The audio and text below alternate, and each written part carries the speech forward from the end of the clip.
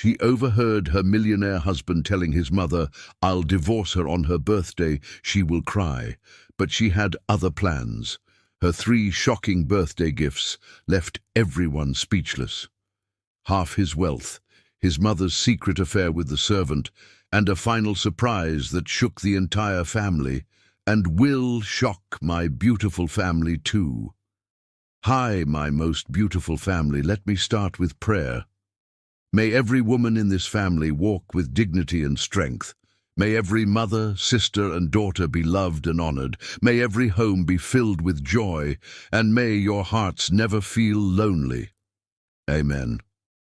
My stories have always lifted women high, because without women there is no love, no family, no tomorrow. Here in Mr. Peter's family, women are celebrated, never broken. But my family, I must be honest, it hurts when many of you leave the story halfway, not because of numbers, but because it feels like my hard work means nothing. Still, I cannot stay angry, because my love for you is greater than my pain. When you watch until the end, you are not just watching, you are saying, "Mr. Peter, we are with you." That unity gives me strength to keep writing with love. If your heart is true, write present. If your love is real, write, "I am with Mr. Peter." Let's start with love. Paul Hogan's hands trembled as they held his wife's face, not from nervousness, but from the overwhelming gratitude that this incredible woman had chosen him, chosen to give him her heart, her soul, her everything. "You're shaking," Melina Bavuma Hogan whispered, her voice soft with concern as thunder rolled across their Connecticut estate. 6 months of marriage, and she still noticed every tremor, every breath, every heartbeat of the man she'd sworn to love forever. "Because I can't believe you're real," Paul confessed, his blue eyes drinking in her beautiful face illuminated by candlelight. "Every morning I wake up terrified this is all a dream, that I'll lose you." Melina's laugh was like music as she placed her hands over his. "Then stop thinking and feel this," she breathed, guiding his palm to her heart where it pounded wild and fierce. "Feel how alive I am with you, feel how completely I'm yours." The storm outside seemed to mirror the tempest of passion between them as Paul pulled her against him, his lips finding hers in a kiss so deep and hungry it stole her breath.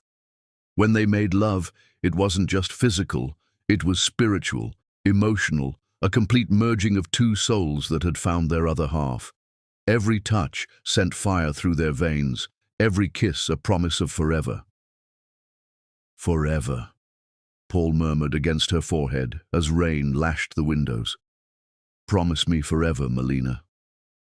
"Forever and 3 days more," she replied, their secret phrase that never failed to make him smile.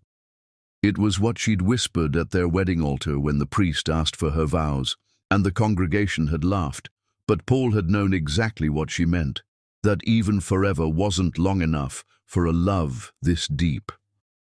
Later, as they lay entwined in silk sheets, bodies still humming from their passionate lovemaking, Paul traced invisible words across Melina's bare shoulder with his fingertips, a nightly ritual that made her shiver with pleasure.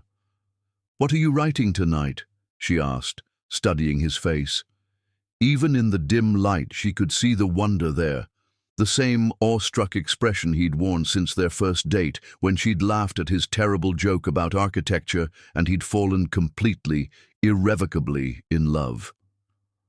"How much I need you," he admitted, vulnerability clear in his voice. "How you're not just my wife, you're my oxygen, my heartbeat, my reason for existing." Melina's eyes filled with tears of pure joy. This beautiful man, this gentle giant of 32 who owned half the construction companies on the East Coast, who commanded respect from powerful men in expensive suits, melted completely in her presence. And she loved him so fiercely it sometimes scared her with its intensity. "Dance with me," she said suddenly, slipping from the bed and wrapping herself in his soft robe. "Right here, right now." "There's no music," he protested weakly, but he was already rising, already reaching for her like he couldn't help himself. "We don't need music," Melina smiled, taking his hands as lightning illuminated their bedroom. "We have the storm." They swayed together in the darkness, heartbeat against heartbeat, while nature's symphony played around them. Paul buried his face in her hair, breathing in the scent of vanilla and jasmine that always surrounded her. "I used to think love was a luxury," he confessed, as they moved to music only they could hear. "Something nice to have, but not necessary. Then I met you, and I realized I'd been suffocating my whole life without knowing it." Melina pulled back to look at him, her hands framing his face. "And now? Now I know that loving you isn't just what I do," Paul whispered, his forehead touching hers. "It's who I am. Without you, I'm just a shell walking around pretending to be alive." The intensity of his words made her breath catch. In the 6 months since their wedding, Paul had never stopped courting her, never stopped treating each day with her like a precious gift that might be taken away. Some nights she'd catch him watching her read or cook or simply exist, and the reverence in his gaze made her feel like the most treasured woman who'd ever lived. "Show me," she whispered against his lips, and he didn't need to be asked twice. They made love again as the storm raged, slower this time, savoring every caress, every passionate kiss, every whispered declaration of love. Paul worshipped her body with tender reverence, and Melina surrendered completely to their burning desire. Afterward, they lay breathless and content, limbs tangled, hearts synchronized.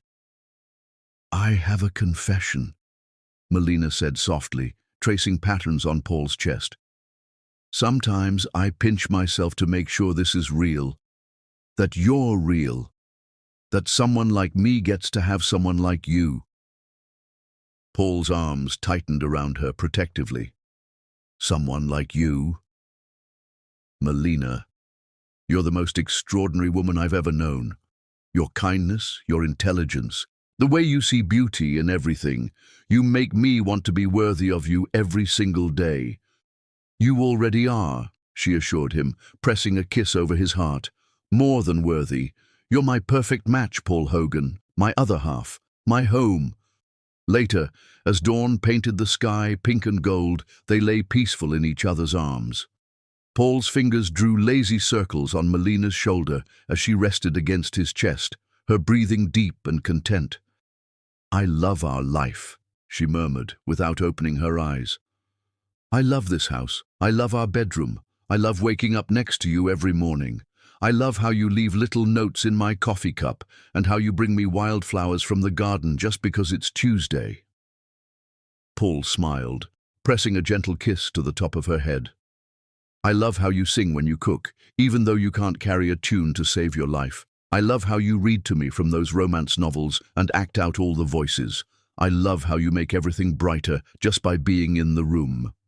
"We're ridiculous," Melina laughed, tilting her head to look at him. 6 months married, and we're still in the honeymoon phase." "Good," Paul said fiercely, his eyes blazing with loving devotion. "I never want to stop being crazy about my wife. I never want to stop falling in love with you every single day." Melina's heart swelled until she thought it might burst. "Promise?" "I promise," Paul vowed, sealing it with a kiss so passionate it left them both breathless, lips swollen from desire. "You're stuck with my devotion for life, Mrs. Hogan." They spent the morning making breakfast together, Paul stealing kisses, while Melina tried to flip pancakes, both of them laughing when the batter ended up on the floor instead of the griddle. It was domestic and perfect, and exactly the kind of simple happiness Melina had dreamed of but never expected to find.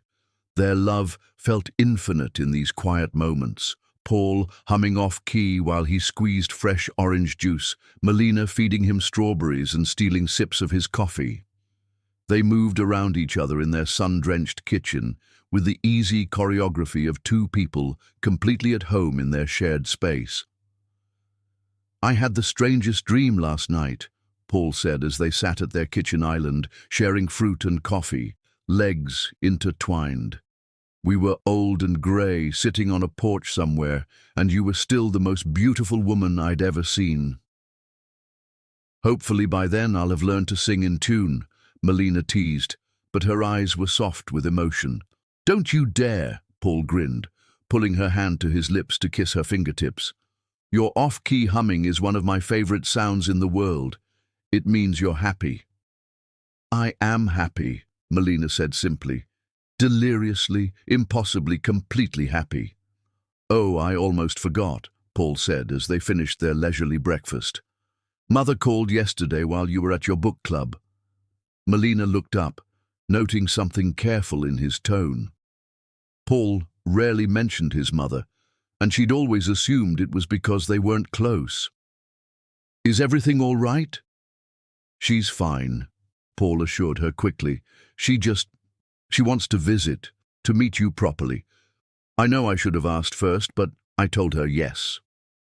Of course. Melina's face lit up with genuine excitement. Paul, I've been wondering when I'd get to meet her. I want to know the woman who raised such an incredible man. Relief flooded Paul's features. Really? You're not upset that I said yes without asking? Are you kidding? Melina laughed, wrapping her arms around his neck. I'm thrilled. When is she coming? She'll be here for several months, Paul said, spinning her around their kitchen. Fair warning, though, she can be particular. She's very set in her ways. I'm sure we'll get along wonderfully, Melina said confidently, already mentally planning menus and preparing the guest room. I can't wait to hear embarrassing stories about you as a little boy, Paul groaned dramatically. I'm already regretting this.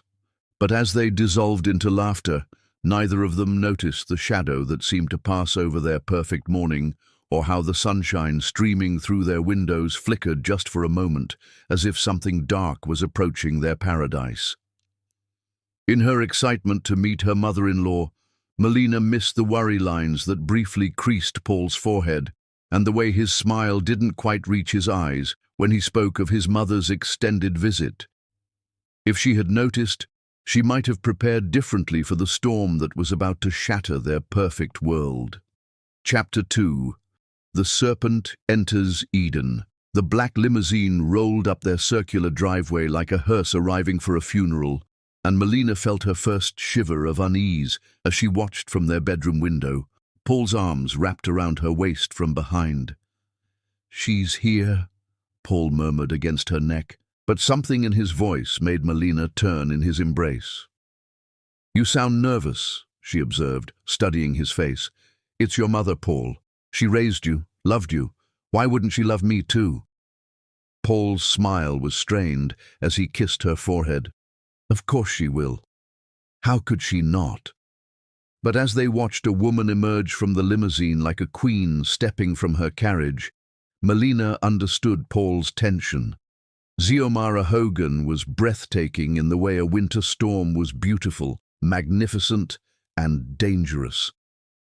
Even at 62, she moved with the fluid grace of a dancer, her silver hair swept into an elegant chignon, her tailored black dress making her look like she belonged on magazine covers rather than suburban driveways. She's stunning, Melina breathed, suddenly conscious of her simple sundress and casual ponytail. She knows it too, Paul muttered, then caught himself. I mean, she's always been very particular about appearances. Melina squeezed his hand reassuringly. I'll go change into something nicer. No. Paul's grip tightened on her waist, pulling her back against his chest. You're perfect exactly as you are. If she can't see that, it's her loss.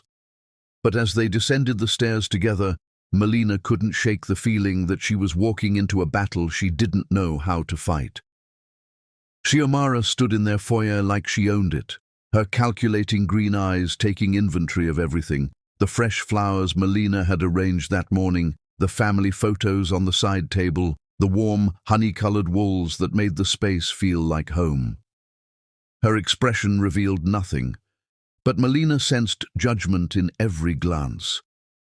Mother, Paul said, approaching cautiously. Welcome. Xiomara offered her cheek for a kiss, which Paul delivered dutifully. Paul, darling, you look tired. Marriage wearing you down already? The words hit like ice water, but Xiomara's smile was perfectly pleasant as she turned those piercing eyes on Melina. "And you must be the little bride I've heard so much about." "I'm Melina," she said warmly, extending her hand. "I'm so happy to finally meet you, Mrs. Hogan. Paul speaks of you constantly."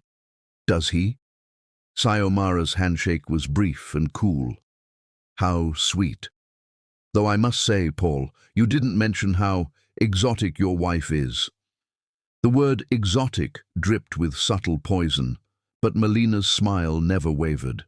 "I prefer unique, actually. Paul always says I'm one of a kind. I'm sure he does." Xiomara's gaze swept over Melina's appearance with surgical precision. "Though I suppose every man thinks his first real infatuation is special." "It's not infatuation," Paul interjected sharply. "I love her." "Of course you do, darling." Xiomara patted his arm condescendingly. "Young love is so intense." Melina felt Paul's muscles tense beside her, but she squeezed his hand gently, a silent message to stay calm. "Mrs. Hogan, you must be exhausted from traveling. Let me show you to your room so you can rest before dinner." "How thoughtful," Xiomara said, following Melina up the stairs. "Paul, have Rodriguez bring in my luggage, all of it." Melina's heart sank slightly at the word all. How much luggage did one need for a visit? But she pushed the thought aside, determined to make this work. The guest room Melina had prepared was a masterpiece of hospitality. Fresh white lilies filled crystal vases, Egyptian cotton sheets were turned down invitingly, and she'd even placed a basket of imported chocolates and French champagne on the dresser. "How quaint," Xiomara observed, running a manicured finger along the antique dresser. "Very rustic. I suppose it has a certain charm if you enjoy the country cottage aesthetic." "I decorated it myself," Melina said proudly. "I wanted you to feel at home." "How kind." Xiomara's smile was sharp as a blade. "Though I must admit, I'm more accustomed to sophisticated surroundings, but one adapts." The criticism landed like a slap, but Melina refused to show it hurt. "I hope you'll be comfortable. Dinner will be at 7. I'm making Paul's favorite lamb with rosemary from our garden." "You cook?" Xiomara sounded surprised. "How domestic." Paul's father always insisted on professional chefs. He said a woman's place might be in the home, but not necessarily in the kitchen. "I love cooking for Paul," Melina replied honestly. "Taking care of the people you love brings joy." "How wonderfully old-fashioned." Xiomara's tone suggested this wasn't a compliment. "Though I do hope you have other skills. A man like Paul needs intellectual stimulation, cultural refinement. He's quite accomplished, you know. Harvard Business School, master's degree, speaks 3 languages. Tell me, dear, what's your educational background?" The question was delivered like a surgical strike, designed to expose weakness. Melina lifted her chin proudly. "I have my bachelor's degree in literature from State University. I was working as a librarian when Paul and I met." "A librarian." Xiomara repeated the word like it tasted bitter. "How practical. And your family? What does your father do?" "He passed away when I was 16. My mother raised me alone. She's a nurse." "I see." Xiomara's expression conveyed everything those 2 words didn't say. Working class, single-parent household, beneath our standards. "If you'll excuse me," Melina said, her voice steady despite the burning in her chest, "I should start dinner preparations." She escaped to the kitchen, her hands shaking slightly as she began seasoning the lamb. She'd known this wouldn't be easy. Wealthy families often had expectations, preferences, but the deliberate cruelty in Xiomara's politeness was something she hadn't anticipated. "Hey." Paul's arm slid around her waist from behind, his lips finding the sensitive spot behind her ear. "You okay?" "Your mother is formidable," Melina said carefully, leaning back against his solid chest. She's being awful, isn't she? Paul's voice was heavy with guilt. I should have warned you better. Mother has very specific ideas about what constitutes suitable company. It's fine, Melina lied, turning in his arms. She just wants what's best for you. She'll warm up once she gets to know me. Paul cupped her face in his hands, his thumbs stroking her cheekbones. You're incredible, you know that. Any other woman would be throwing plates by now. I'm not any other woman, Melina smiled, standing on tiptoe to kiss him softly. I'm your woman, and I'll fight for this family, even if the battle is with your mother. I love you, Paul breathed against her lips, deepening the kiss until she melted against him. More than anything in this world. I love you too, she whispered back, letting his passion wash away the sting of Xiomara's words. They might have stayed there forever, lost in each other, if Xiomara's voice hadn't cut through the air like a knife. How touching, she said from the kitchen doorway, her tone suggesting it was anything but. I do hope I'm not interrupting anything important. Paul stepped protectively in front of Melina, but kept her hand firmly in his. Just telling my wife how beautiful she is. Naturally. Xiomara's smile was razor-thin. Young men do tend to be demonstrative. I thought I might help with dinner, Melina dear. After all, cooking for discerning palates can be so challenging. That's very kind, Melina replied, though every instinct screamed that accepting help from this woman was a mistake. I'd appreciate the company. What followed was an hour of delicate warfare. Xiomara criticized every choice. The seasoning was too bold, the vegetables cut too rustically, the wine selection pedestrian. Each comment was delivered with a sweet smile and couched as helpful suggestion, making it impossible for Melina to object without seeming ungrateful. Paul has such refined tastes, Xiomara explained as she rearranged Melina's perfectly plated entrees. His father and I took great care to expose him to the finer things in life. French cuisine, Italian wines, Japanese presentation techniques. We felt it was our duty to cultivate sophistication.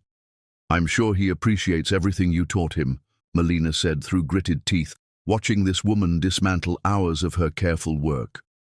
Oh, I hope so, Xiomara sighed dramatically, though sometimes I worry that marriage to the wrong person can diminish a person, make them forget who they truly are. The words hung in the air like poison gas, and Melina felt something cold settle in her chest. This wasn't just snobbery or overprotectiveness. This was war. Dinner itself was a masterclass in psychological manipulation. Xiomara regaled them with stories of Paul's childhood, each one designed to highlight the world he came from: private schools, country clubs, debutante balls, and European vacations. She spoke of his ex-girlfriend Charlotte, a senator's daughter who understood Paul's background so well and fit so naturally into our social circle. Whatever happened to Charlotte? Xiomara asked innocently. Such a lovely girl, beautiful family, impeccable breeding. I always thought you two would end up together. Mother, Paul warned, his jaw tight. I'm just curious, darling. She was so perfect for you. Same social circle, same values, same level of sophistication. Melina felt each word like a physical blow, but she kept her voice steady. Paul chose me, Mrs. Hogan. That's all that matters. Of course, dear. Xiomara's smile was venomous, though I often find that people marry for such different reasons. Love, security, social advancement. The motivations can be so complex. What are you implying? Paul's voice was dangerously quiet. Nothing at all, Paul. I'm simply observing that your sweet wife has certainly elevated her circumstances since meeting you. From a little librarian to mistress of all this. She gestured around their elegant dining room. How fortunate. The accusation hit its target perfectly. Melina felt the blood drain from her face as the implication sank in, that she was a gold digger, a social climber who'd trapped Paul with sex and manipulation. That's enough, Paul snapped, throwing down his napkin. "I won't have you insult my wife in our own home." "Insult?" Xiomara looked genuinely shocked. "Paul, darling, I would never. I'm simply trying to understand what drew you to someone so different from what we discussed for your future." "We never discussed my future wife." "Didn't we?" Xiomara's eyes glittered with triumph. "All those conversations about finding someone worthy of the Hogan name, someone who could stand beside you as an equal, not someone you'd have to elevate."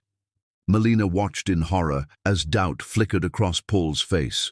For just a moment, he looked at her like he was seeing a stranger, and she realized with crystal clarity that this was exactly what Xiomara had intended. "Excuse me," Melina said quietly, rising from the table. "I need some air." She walked out onto their terrace with as much dignity as she could muster, but inside she was screaming. Paul followed moments later, his face etched with guilt and confusion. "Melina, I'm sorry. She had no right." "She's your mother," Melina interrupted, staring out at the gardens she'd planted with such love. "She's trying to protect you from what she sees as a mistake." "You're not a mistake," Paul said fiercely, pulling her into his arms. "You're the best thing that ever happened to me." "Are you sure?" The question slipped out before she could stop it, and she hated how small her voice sounded. "Yes," Paul said without hesitation, tilting her chin up to meet his eyes. "I've never been more sure of anything in my life." He kissed her then, desperate and claiming, as if he could pour all his certainty into her through touch alone. Melina clung to him, letting his passion reassure her wounded heart. But even as they held each other in the moonlight, she could feel Xiomara's presence like a shadow over their happiness. The older woman had planted her first seeds of doubt, and Melina knew this was only the beginning. When they finally went back inside, Xiomara was nowhere to be found. But on the kitchen counter sat a note in elegant script. "Thank you for a lovely evening. I do hope we can become friends. After all, we both want what's best for Paul. X." Melina crumpled the note in her fist, but she couldn't shake the feeling that she'd just been declared war upon by a master strategist who played to win. As she lay in Paul's arms that night, feeling his body relax into sleep, she stared at the ceiling and wondered how long their perfect love could withstand the poison that had just entered their paradise. Outside their window, a cold wind began to blow. Chapter 3. The Poison Takes Root. The shattered remains of Melina's grandmother's china lay scattered across the kitchen floor like broken dreams, each piece reflecting the morning sunlight that had seemed so promising just moments before. "Oh my goodness, how clumsy of me," Xiomara gasped, her hand pressed dramatically to her chest as she surveyed the destruction. "I was just trying to help by putting away the clean dishes, and it simply slipped from my fingers." Melina stared at the ruins of the tea set that had survived the Great Depression, 2 world wars, and her grandmother's journey from Jamaica to America. The delicate roses painted on the porcelain that had graced 3 generations of Sunday dinners now lay in pieces, irreplaceable and irreparable. It's okay," Melina managed, though her voice cracked on the words. "Accidents happen." "You're being so gracious about this," Xiomara cooed, but there was something glittering in her green eyes that looked suspiciously like satisfaction. "Though I must say, dear, perhaps antique china shouldn't be stored so high up. It's rather impractical, don't you think? If you must keep sentimental pieces, they should really be properly secured." The implication was clear. This was somehow Melina's fault for having the audacity to store her family heirlooms in her own kitchen. She knelt among the broken pieces, carefully gathering the larger fragments, hoping against hope that something might be salvageable. "What happened?" Paul's voice came from the doorway, and Melina looked up to see him taking in the scene with confusion and concern. "I'm afraid I've had a little accident with Melina's dishes," Xiomara said before Melina could speak. "She stored them so precariously on that high shelf, And when I tried to help put away the breakfast things, well, she gestured helplessly at the wreckage. Paul's gaze shifted between his mother and his wife, and Melina saw something that made her heart sink, a flicker of irritation directed at her. "Melina, why would you put fragile dishes up there? You know how dangerous that is."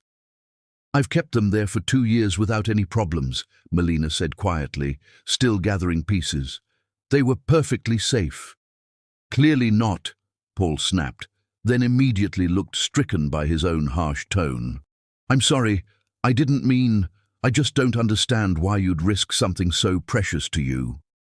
"Perhaps," Xiomara interjected smoothly, "it would be better if I handled the kitchen arrangements while I'm here. I have experience with proper organization, and we wouldn't want any more accidents."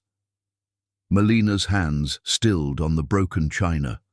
In one masterful stroke, Xiomara had destroyed her property, made it seem like Melina's fault, turned Paul against her, and positioned herself as the solution to a problem she'd created. "That won't be necessary," Melina said firmly, rising to her feet with the fragments cradled in her palms like wounded birds. "I can manage my own kitchen." "Of course you can, dear," Xiomara agreed with a patronizing smile. "I'm simply offering to help. After all, we're family now." But as Melina disposed of the broken pieces, she caught Xiomara's reflection in the kitchen window and saw the woman's satisfied smirk. This had been no accident. This had been the opening move in a carefully orchestrated campaign. Over the following days, the attacks intensified with surgical precision. Xiomara criticized everything from Melina's choice of morning newspaper, so tabloidish, dear, to her preferred brands of coffee. "I'm sure it's fine for those with simpler tastes." Each comment was delivered with a sweet smile and framed as helpful advice, making Melina look ungrateful if she objected. "Paul mentioned you studied literature," Xiomara said one afternoon as they sat in the garden, watching Paul work in his home office through the window. "How quaint. Of course, practical degrees are so much more valuable these days. Business, law, medicine, fields that actually contribute to society." "Literature contributes to society," Melina replied evenly, though her fingers tightened on her book. "Stories shape how we understand ourselves and others." "I suppose that's one way to look at it," Xiomara mused, her tone suggesting it was a very naive way indeed. "Though I must say, it doesn't exactly prepare one for the realities of life, does it? Managing finances, understanding business, navigating social expectations. These are skills that actually matter in the real world." "Paul fell in love with who I am," Melina said quietly, "not my degree or my social status." "Oh, sweet child," Xiomara laughed, the sound like breaking glass. "You really believe that, don't you? Paul is a romantic, it's true, but he's also practical. He understands that love isn't enough to build a life on. Compatibility matters. Shared backgrounds, similar values, complementary skills." She leaned closer, her voice dropping to a confidential whisper.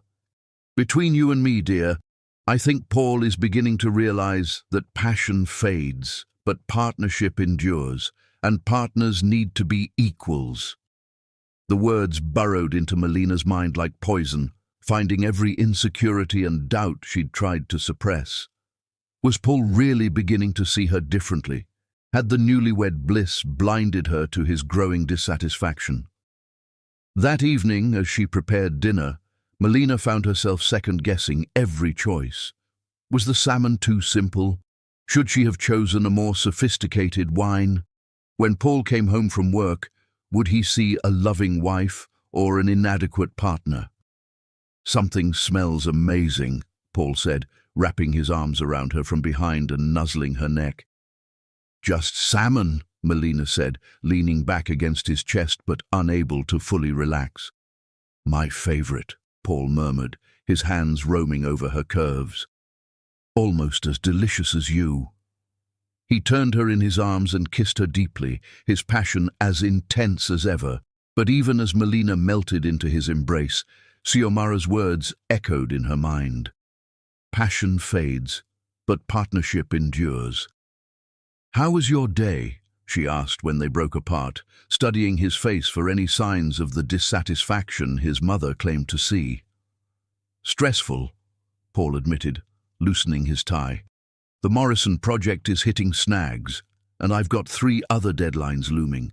Sometimes I wonder if I'm cut out for running the family business." "Of course you are," Melina said automatically. "You're brilliant and capable and—" "Am I?" Paul interrupted, his voice heavy with doubt.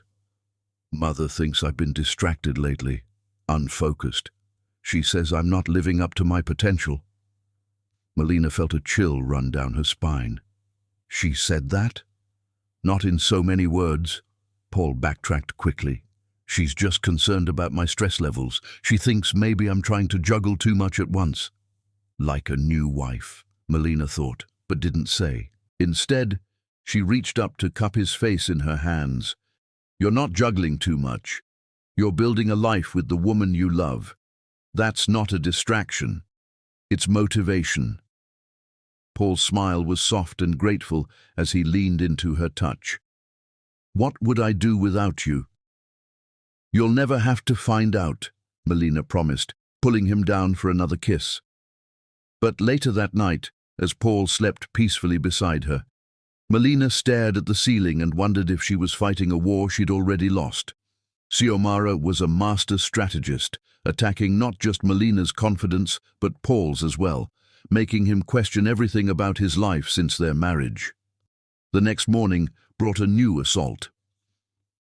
Melina came downstairs to find Xiomara rearranging the living room furniture, moving pieces that had been carefully positioned to create intimate conversation areas. "I hope you don't mind," Xiomara said without looking up from her work. "I thought the room could use a more sophisticated flow. The current arrangement is so casual." "I like it casual," Melina said, watching this woman systematically erase her personal touches from the space. "This is our home, not a museum."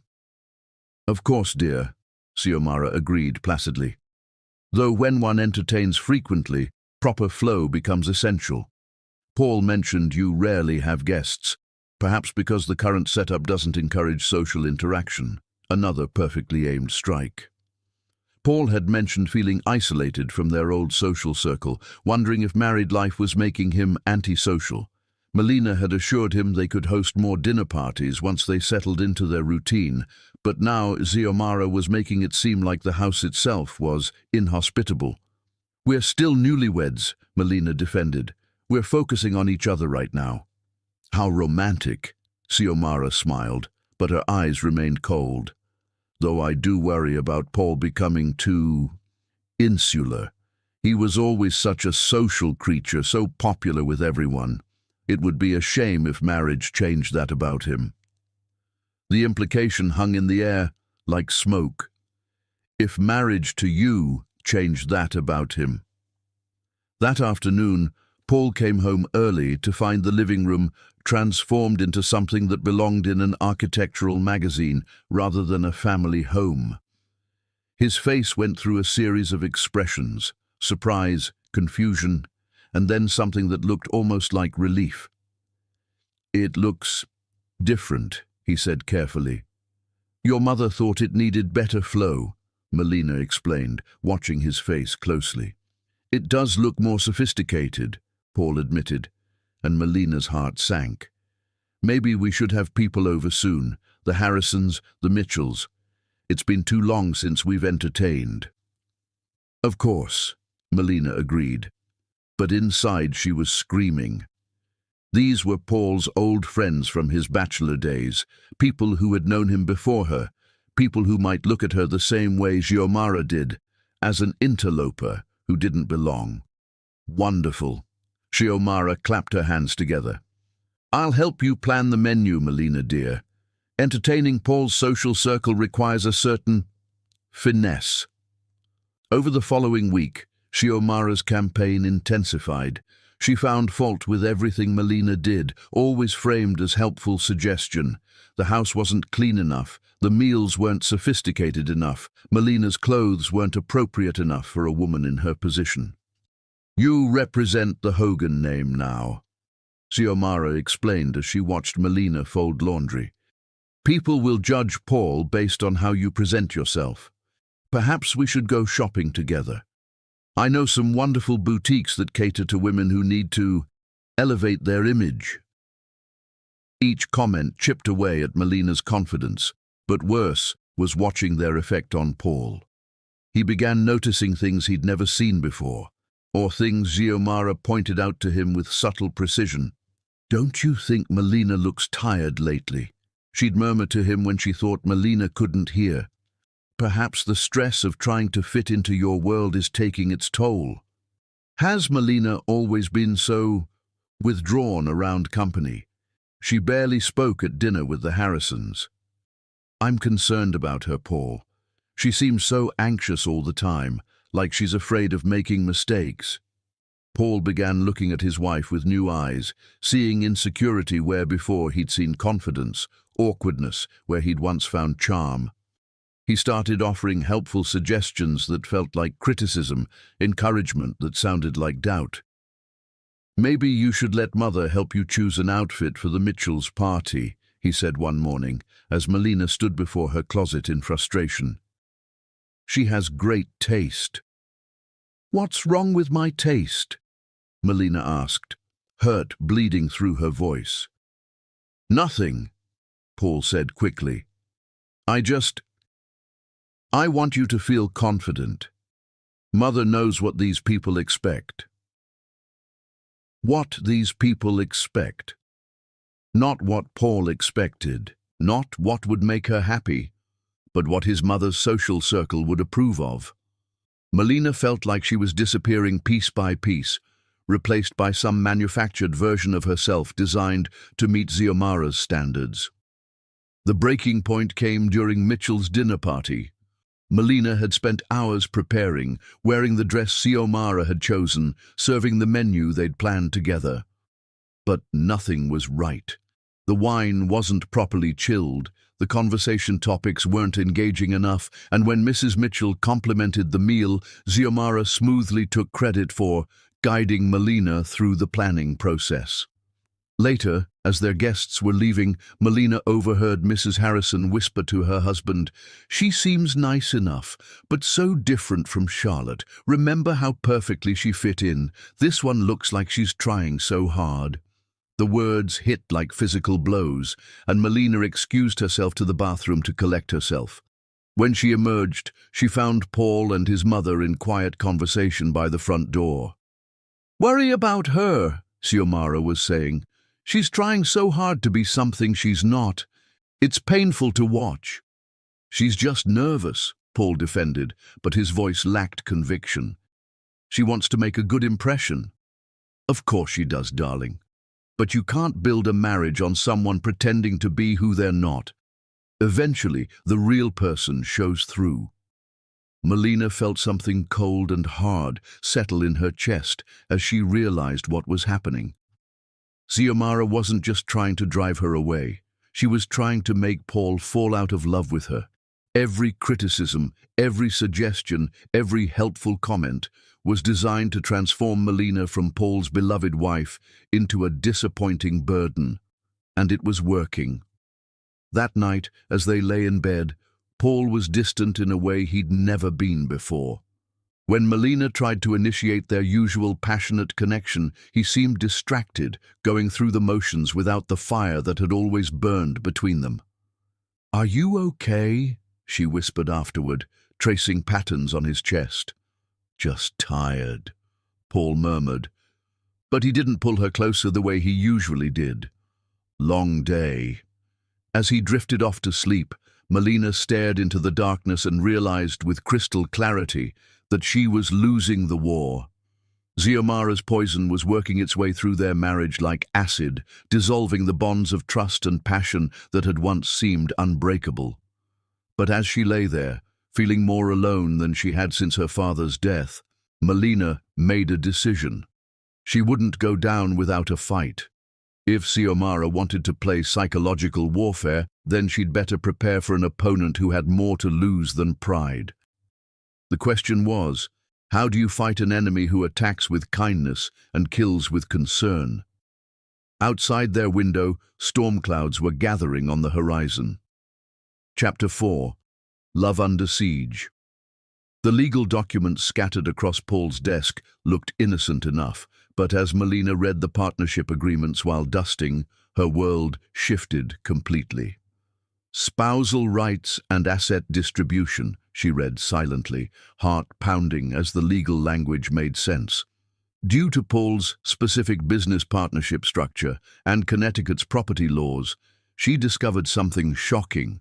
When Paul restructured his companies after their marriage, he'd inadvertently created shared ownership.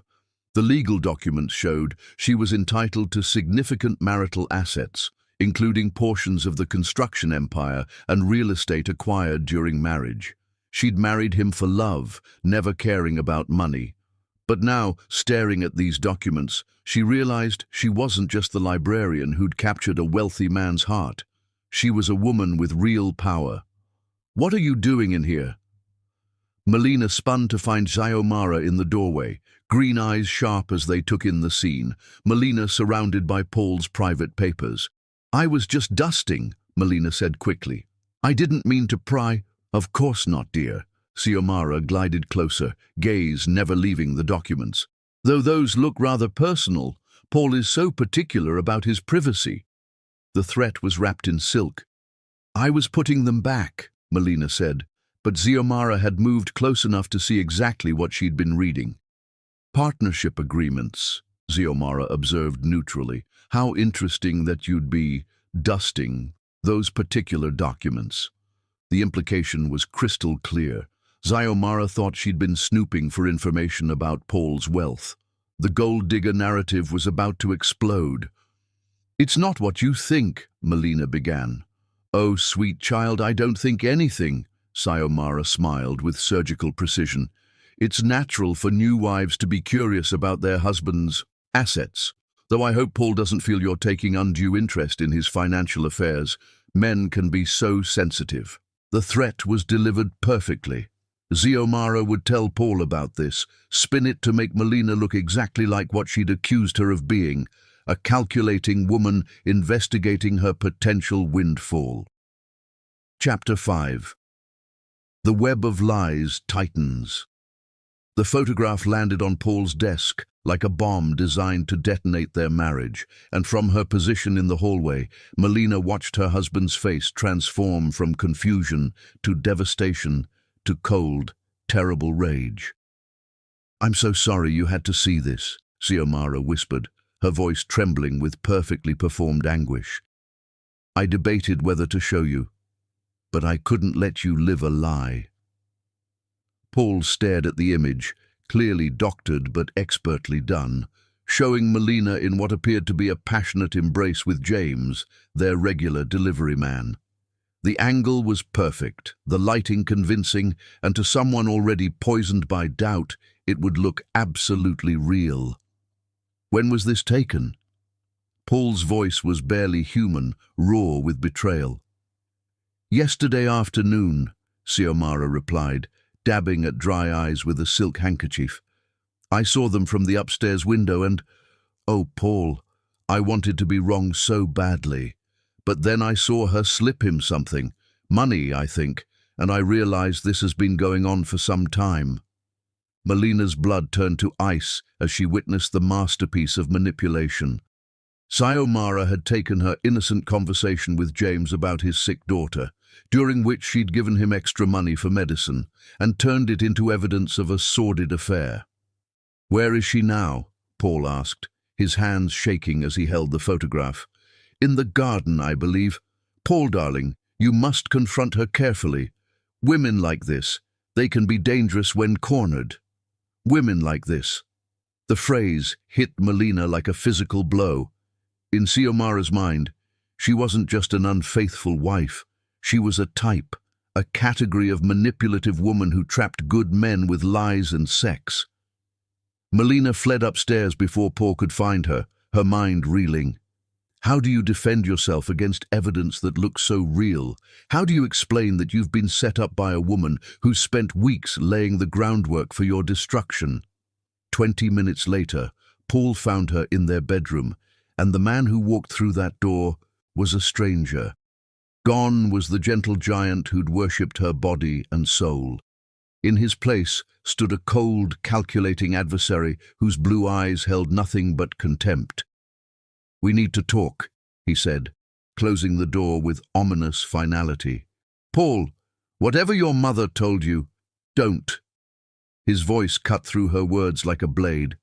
"Don't lie to me anymore. I've seen the photograph." Melina's heart shattered as she realized how completely Xiomara had won. What photograph? Paul threw the image on their bed, and Melina stared at it in shock. It was her face, her body, but the embrace with James had never happened. The technology was sophisticated enough to fool anyone who wanted to believe the worst. "This isn't real," she whispered. "Paul, you know me. You know I would never—" "Do I?" Paul's laugh was bitter. "Because looking back, I'm starting to see a pattern. The way you married me so quickly, how eager you were to move into this house, your sudden interest in my business papers." Each accusation was a dagger to her heart. "I married you because I love you." "You married me because I was convenient," Paul corrected, his voice growing colder with each word. "A lonely rich man, so grateful for attention that I didn't ask the right questions. Tell me, how long have you been planning this? Did you target me specifically, or was I just lucky enough to be the first wealthy fool who fell for your act?" The cruelty in his words took her breath away. This was the man who'd traced love letters on her skin, who'd whispered that she was his religion, his reason for breathing. Now he looked at her like she was something poisonous he'd accidentally touched. "I never wanted your money," Melina said desperately. "I didn't even know how much you had when we married." "Right," Paul sneered. "That's why you were so carefully reading my partnership agreements yesterday. Just casual dusting, was it?" Melina realized with horror that every innocent action had been twisted into evidence against her. Her dust cloth had become proof of snooping, her kindness to James had become adultery, her love had become calculation. "Paul, please," she begged, reaching for him. "Look at me. Really look at me. Don't you see how much I love you?" For a moment his mask slipped, and she saw the pain underneath, the devastation of a man whose heart had been shattered. But then Xiomara's poison reasserted itself, and his face hardened again. "I see a woman who's very good at playing a role," he said coldly. "The question is, what do you want? A divorce settlement? Monthly alimony? Or are you planning to take me for everything I'm worth?" The words hit like physical blows. "I don't want anything from you except your love." "My love." Paul's laugh was hollow. "You had that. You had all of it. And you threw it away for what? A few stolen moments with the delivery boy. Was I that inadequate as a husband?" "You were perfect," Melina whispered, tears streaming down her face. "You are perfect. This is all lies, Paul. Your mother is manipulating both of us." "Leave my mother out of this," Paul snapped. "She's the only one who's been honest with me. She saw what you really were from the beginning, and I was too blinded by lust to listen." The word lust landed like a slap. Their beautiful love had been reduced to base physical attraction, their spiritual connection dismissed as sexual infatuation. "I'm sleeping in the guest room," Paul announced, moving toward their closet to gather clothes. "And I want you to stay away from me until I decide what to do about this marriage." "Paul, wait!" "No." He turned back to her, and the ice in his eyes froze her soul. "I trusted you with everything I had, and you made a fool of me. Whatever we had is over, Melina. You killed it." He left her alone in their bedroom, surrounded by the ruins of their love. Melina collapsed on their bed, sobbing into the sheets that still smelled like him. like the passion they'd shared just days before. Over the following week, Paul treated her like a stranger living in his house. He spoke only when necessary, avoided being alone with her, and when their eyes accidentally met, she saw nothing but cold disgust. The man who'd once made love to her with desperate passion now couldn't bear to be in the same room. Meanwhile, Xiomara played the concerned mother-in-law perfectly. She brought Paul comfort food, listened sympathetically to his pain, and offered subtle advice about protecting himself from further manipulation. "I know this is difficult, darling," she'd coo, "but you must think practically now. Women like Melina, they don't just walk away, they take what they can get." During this nightmare week, Melina discovered the truth she'd been suspecting. The pregnancy test showed 2 pink lines that should have brought joy, but instead filled her with terror. She was carrying Paul's child, the child of a man who now believed she was a lying, cheating gold digger. How could she tell him? How could she share this miraculous news with someone who looked at her with such hatred? Would he even believe the baby was his, or would Xiomara convince him that, too, was part of some elaborate scheme? That evening, as Paul worked late in his study, Melina stood outside the door listening to his phone conversation with his lawyer. "I want to know my options," Paul was saying. "Adultery, fraud, whatever applies. I want this done quickly and completely." "Paul," his lawyer's voice was cautious, "are you certain about this? Marriage counseling might—" "There's nothing to counsel," Paul interrupted. "My wife is a liar and a cheat. I want her out of my life." Melina pressed her hand to her still flat stomach, where Paul's child grew in secret. The baby would be born into a world where its parents were enemies, where its mother was branded a villain and its father consumed by manufactured hatred. But even as despair threatened to drown her, a spark of defiance flickered to life. She had 3 secrets that could change everything: her legal claim to half his wealth, proof of Xiomara's affair, and now the pregnancy. The question was when and how to use them. As she climbed the stairs to their bedroom, now hers alone, Melina made a decision. She would not go quietly into the night.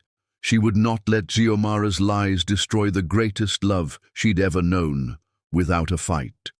But first, she needed to survive long enough to plan her counterattack. Because looking at Paul's face today, she realized that Xiomara wasn't just trying to end their marriage, she was trying to destroy Melina completely. Outside, storm clouds gathered with increasing fury, promising a tempest that would either wash them all clean or drown them in the ruins of what had once been love. Chapter 6. Hearts breaking in silence. The silence at the breakfast table was so thick it could be cut with a knife, and Melina felt each passing second like a physical weight pressing down on her chest as Paul read his newspaper with deliberate indifference to her presence. 3 weeks had passed since the photograph destroyed their marriage, and Paul had perfected the art of treating his wife like furniture, necessary but unworthy of acknowledgement. He ate the breakfast she prepared without thanks, used the clothes she laundered without gratitude, and slept in the guest room like she carried some contagious disease. "Good morning," Melina whispered, as she had every morning, hoping against hope for some crack in his armor. Paul turned the page of his newspaper with crisp finality, the sound like breaking bones in the devastating quiet. "Paul, please," she tried again, her voice barely audible. "We can't go on like this forever." His blue eyes lifted from the financial section to fix her with a stare so cold it made her shiver.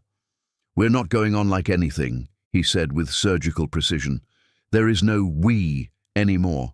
There's me, living my life, and you, waiting for your lawyer to call about the settlement." The cruelty was breathtaking. This was the man who'd once promised to love her forever, who'd worshipped her body like a temple, who'd written invisible poetry on her skin with trembling fingers. Now he spoke to her like she was a business transaction he couldn't wait to complete. "I'm not asking for a settlement," Melina said quietly. I never was. Paul's laugh was bitter as winter. Right. You're just the wronged, innocent wife who happened to be caught in another man's arms. Tell me, was the money worth it? Was whatever he paid you worth destroying what we had? There was no money, Melina whispered, but she might as well have been talking to a stone wall. That afternoon, Melina sat in the polished office of Patterson and Associates, the city's most prestigious family law firm. She hadn't come here by choice. Desperation had driven her to seek answers about her legal rights, if only to understand what Paul meant when he talked about settlements and financial arrangements. Mrs. Hogan, attorney Sarah Patterson said, sliding a thick folder across the mahogany desk, I've reviewed your husband's financial documents and your marriage certificate. Given Connecticut's marital property laws and the specific structure of your husband's business partnerships, your situation is quite advantageous. Melina stared at the papers without really seeing them. I don't understand. When your husband restructured his companies 6 months after your marriage, he created what we call marital assets. The law is very clear. You're entitled to 50% of all assets acquired or restructured during the marriage. That includes the recent business expansion, 3 new properties, and approximately $40 million in investment accounts. The number hit Melina like a physical blow. 40 million? That's your half, Patterson clarified with a smile that suggested she'd seen many women in similar situations. The total marital estate is closer to 80 million. Your husband is considerably wealthier than most people realize. Melina felt dizzy. She'd known Paul was successful, but this level of wealth was incomprehensible. I never asked about his money. I didn't even know. Many wives don't, Patterson said kindly. Men like your husband often keep financial details private, but the law protects you, Mrs. Hogan. If you choose to file for divorce, you could walk away with enough money to live very comfortably for the rest of your life. I don't want a divorce, Melina said automatically. Patterson leaned back in her chair, studying Melina with sharp eyes. Mrs. Hogan, may I speak frankly? I've seen your situation many times. Wealthy men, suspicious mothers-in-law, manufactured evidence of infidelity.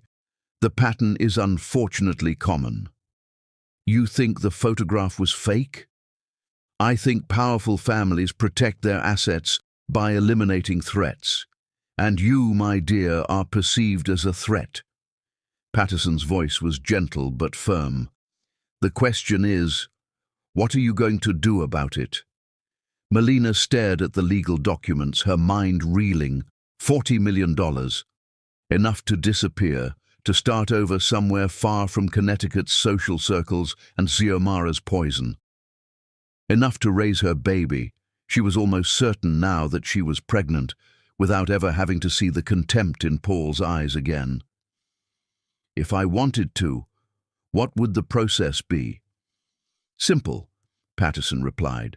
We file the papers, present the evidence of marital assets, and negotiate the settlement. Given the circumstances, your husband's accusations against you, I could probably get you 60% instead of 50%, punitive damages for emotional distress. 60%, nearly $50 million. Freedom from humiliation, from fighting a battle she seemed destined to lose, from watching the man she loved treat her like a stranger. I need time to think, Melina said, gathering the papers with trembling hands. Of course. But Mrs. Hogan? Patterson's voice stopped her at the door. Don't wait too long. Men like your husband have ways of moving assets once they realize their wives understand the game. That evening, Melina sat in their bedroom, her bedroom now, staring at the positive pregnancy test she'd hidden in her jewelry box. 6 weeks along, according to her doctor's appointment that afternoon. 6 weeks of carrying Paul's child while he treated her like a diseased stranger. The legal documents lay spread across her vanity table like an escape route mapped in black and white. She could take the money and leave, raise their child somewhere beautiful and peaceful, maybe California or even abroad. Never again would she have to endure Xiomara's subtle cruelties or see doubt in Paul's eyes when he looked at her. It would be so easy. Pack her things, sign the papers, disappear into a new life, funded by the very wealth Paul accused her of marrying him for. The irony was almost perfect, but as she traced the ultrasound image with her finger, Melina thought about the man Paul had been before his mother's poison took hold. The gentle giant who'd traced love letters on her skin, who'd called her his religion, who'd promised her forever and 3 days more. That man was still in there somewhere, buried under months of manipulation and manufactured doubt. The question was he worth fighting for, or should she save herself and their child from a battle that might destroy them all? A knock at her door interrupted her thoughts, and for one wild moment her heart leapt with hope that it might be Paul, finally ready to listen. Instead, Xiomara glided into the room without waiting for permission, her expression one of false concern. "How are you holding up, dear?" she asked, settling into the chair by Melina's vanity like she belonged there. "I know today was difficult for you." Melina quickly covered the legal papers with a magazine, but not before Xiomara's sharp eyes caught sight of the law firm's letterhead. The older woman's smile turned predatory. "Consulting attorneys already? How practical of you." "I was just trying to understand my rights," Melina said carefully. "Of course you were." Xiomara's tone was honey over poison. "And I'm sure you discovered that you have quite a few. Connecticut can be very generous to abandoned wives." The word abandoned hit its target with surgical precision. Melina felt her composure crack slightly, and Xiomara leaned forward like a shark scenting blood. "You know, dear, there's still time to make this easy on everyone. A quiet divorce, a reasonable settlement, a fresh start somewhere new. Think of it as an opportunity. You could reinvent yourself completely." "I don't want to reinvent myself," Melina said quietly. "I want my husband back." "Your husband?" Xiomara laughed, the sound like breaking glass. "Sweet child, that man died the moment he saw who you really were. What you see now is just Paul being too kind to throw you out without proper compensation." The cruelty was breathtaking, but Melina forced herself to remain calm. "You manufactured that photograph." "I protected my son," Xiomara corrected smoothly. "From a woman who would have eventually shown her true colors anyway. I simply accelerated the timeline. You destroyed an innocent marriage.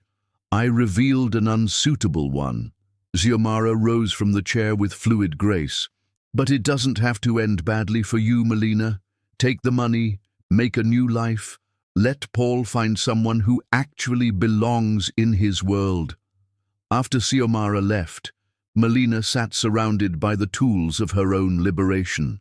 The legal documents that could free her, the pregnancy test that confirmed her greatest joy and deepest complication, the ultrasound image of a child who would grow up either as the bridge that healed their family or the casualty of their war. She thought about Sarah Patterson's words. "Don't wait too long. Men like your husband have ways of moving assets once they realize their wives understand the game." But she also thought about Paul's voice that morning, cold and dismissive. There is no "we" anymore. Maybe there wasn't. Maybe she was fighting for something that was already dead, sacrificing her dignity and her future for a love that had proven fragile enough to shatter at the first test. The $40 million could give her child everything, the best schools, the finest opportunities, a life free from the toxicity that had poisoned this house. All she had to do was sign the papers and walk away. But as she stared at her reflection in the vanity mirror, Melina saw not a broken woman ready to surrender, but a warrior gathering her strength for the battle of her life. She had 3 secrets that could change everything: her legal claim to Paul's wealth, proof of Xiomara's affair, and now the pregnancy that would shatter every assumption about her motives. The question was no longer whether to use these weapons, but when and how to deploy them for maximum impact. She could take the money and run, or she could fight for the love that had once seemed worth any sacrifice. Tomorrow was her birthday, and Paul had promised her a memorable celebration. He had no idea how memorable it was about to become. As she prepared for bed, Melina made her choice. Not the easy path of financial escape, but the harder road of fighting for what was rightfully hers. Not Paul's money, but Paul's heart. Outside, the storm that had been building for weeks was finally ready to break. Chapter 7. The Birthday Plot. The divorce papers lay spread across Paul's desk like surgical instruments prepared for an execution, and Melina's heart shattered as she watched her husband practice the speech that would end their marriage on her 28th birthday. "I've given this considerable thought," Paul rehearsed to Xiomara, his voice cold and clinical, "and I've decided our marriage was a mistake that needs to be corrected." "Perfect, darling," Xiomara purred from her position in the leather chair, coaching him like a director preparing her leading man for the performance of his life. "But remember, you must be firm. No wavering, no room for her tears to manipulate you." Melina pressed herself against the wall outside his study, invisible in the shadows, listening to them plan her destruction with the enthusiasm of generals plotting a siege. "The timing feels cruel," Paul said, and for a moment hope flickered in Melina's chest that some part of her gentle husband still existed beneath the ice. "Timing is everything," Xiomara corrected smoothly. "Her birthday dinner, surrounded by family, maximum emotional impact. She'll be expecting celebration, gifts, promises of forever. Instead, she gets reality." "She'll cry," Paul said quietly, and there was something in his voice, regret, satisfaction. Melina couldn't tell anymore. "Of course she will," Xiomara agreed with ruthless precision. "Women like her always do when their schemes collapse. The tears, the begging, the desperate promises. It's all performance, Paul. Don't let it sway you." "What if she tries to fight the divorce? She could make this ugly." Xiomara's laugh was silk, wrapped around a blade. "With what? She's a librarian who married above her station. You have the evidence of her affair, witnesses to her gold-digging behavior, proof of her deception. She has nothing." "Nothing." The word echoed in Melina's mind as she crept back upstairs, her hand instinctively moving to her stomach where Paul's child grew in secret. If only they knew what she actually possessed. Evidence of Xiomara's affair, legal rights to half Paul's fortune, and most powerfully, the baby that would change everything. 3 days. She had 3 days until her birthday dinner to prepare her counterattack. Over the next 72 hours, Melina became a woman transformed. The broken, pleading wife disappeared, replaced by someone harder, more calculating, more dangerous. She gathered her weapons with the precision of a strategist, preparing for the battle of her life. First, she visited her lawyer, not for divorce proceedings, but to confirm her rights under Connecticut's marital property laws. The meeting confirmed what she'd discovered in Paul's papers. She was entitled to 50% of everything acquired during their marriage, including his business partnerships and real estate holdings. "Are you sure you want to pursue this?" her lawyer asked, studying the documentation. "This could get very messy, very quickly." "It already is messy," Melina replied with quiet steel. "I'm just evening the odds." Next, she retrieved the photographs she'd taken of Xiomara and Matteo's passionate encounter in the greenhouse. The images were crystal clear, Xiomara's face unmistakable as she surrendered to desire in the arms of their groundskeeper. The woman who preached about moral standards and appropriate behavior had been living a lie more elaborate than any she'd accused Melina of telling. Finally, she scheduled an appointment with Dr. Morrison for a comprehensive pregnancy examination, complete with ultrasound images and detailed medical documentation. At 7 weeks, Paul's child was clearly visible, a tiny miracle that would shatter every assumption about timing and manipulation. The birthday dinner was set for Saturday evening. Paul had invited his brother Marcus from California, his sister Eleanor from Boston, and several close family friends, all of them now poisoned against Melina by Xiomara's carefully orchestrated campaign. "Such a lovely gesture," Xiomara commented as she supervised the dinner preparations, playing the devoted mother-in-law to perfection. "Paul insists on making your birthday special despite everything you've put him through." The fake sweetness in her voice made Melina's skin crawl, but she smiled and nodded, playing her own role of the unknowing victim.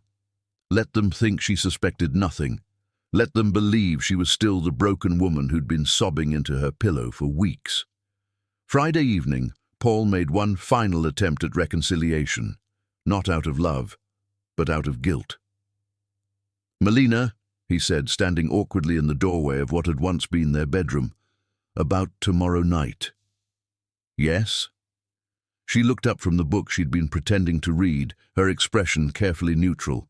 "I want you to know that this isn't easy for me either." For a moment, she saw a flash of the man she'd married, vulnerable, conflicted, human. Then Xiomara's poison reasserted itself, and his face hardened again. "But it has to be done," he continued. "We can't build a life on lies." "No," Melina agreed quietly. "We can't." Paul studied her face, perhaps looking for signs of the breakdown he expected, the tears and pleading Xiomara had predicted. Instead, he found only calm acceptance, which seemed to unsettle him more than hysteria would have. "I've arranged for you to stay at the Marriott downtown until you find permanent accommodations," he said, his voice carefully gentle. "And I'll make sure you're taken care of financially. I'm not a monster, Melina." "I know," she replied, and meant it. Paul wasn't a monster. He was a victim of masterful manipulation, just as she was. The real monster was the woman downstairs, probably listening at the door to make sure her son followed the script she'd written. "The papers will be ready tomorrow after dinner," Paul continued. "My lawyer says it should be straightforward given the circumstances." "I understand." Her calm acceptance clearly disturbed him. He'd been prepared for dramatics, not dignity. That's it?" No arguments. No attempts to change my mind. Would it matter if I tried? The question hung in the air like smoke from a funeral pyre. Paul's jaw worked silently for a moment, then he shook his head. "Number." It wouldn't.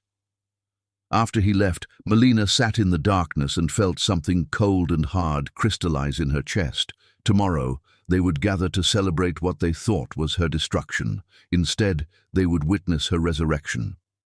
Saturday dawned grey and forbidding, the sky pregnant with storms that matched the tempest brewing inside their elegant home. Melina dressed carefully in the white silk dress she'd worn to their engagement party, the one Paul had said made her look like an angel. Today, she would be an avenging angel. As evening approached, the guests began arriving. Marcus brought his wife Sandra, both of them greeting Melina with the uncomfortable politeness reserved for someone they pitied. Elena came alone, her eyes cold with the righteous anger of a sister protecting her wounded brother. The family friends, the Harrisons, the Mitchells, the Adamses, all wore expressions of solemn sympathy, like mourners at a funeral, which, in a way, they were. "Happy birthday, dear," Mrs. Harrison said with false brightness, pressing a small wrapped gift into Melina's hands. "I do hope this year brings you clarity." "Thank you," Melina replied with genuine warmth. "I expect this birthday to be very illuminating indeed." As they gathered in the dining room, Melina took her place at the table like a queen taking her throne. The conversation was stilted, filled with the kind of careful politeness that surrounded scandal. Paul sat at the head of the table, his face a mask of grim determination, while Xiomara played the gracious hostess with Oscar-worthy performance. "Shall we have dessert before the birthday surprises?" Xiomara suggested, her voice honey over poison. Actually, Melina said, rising gracefully from her chair, I have some surprises of my own. Birthday gifts, you might say, for all of you. The room fell silent, every eye fixed on her with confused anticipation. Paul's face went pale. This wasn't part of the script. 3 gifts, actually, Melina continued, her voice carrying clearly through the sudden hush. 3 truths that I think you all deserve to hear before we conclude this evening. Xiomara's mask slipped for just a moment, revealing a flash of something that might have been fear, but she recovered quickly, her smile never wavering. How thoughtful, dear, she said with carefully controlled sweetness.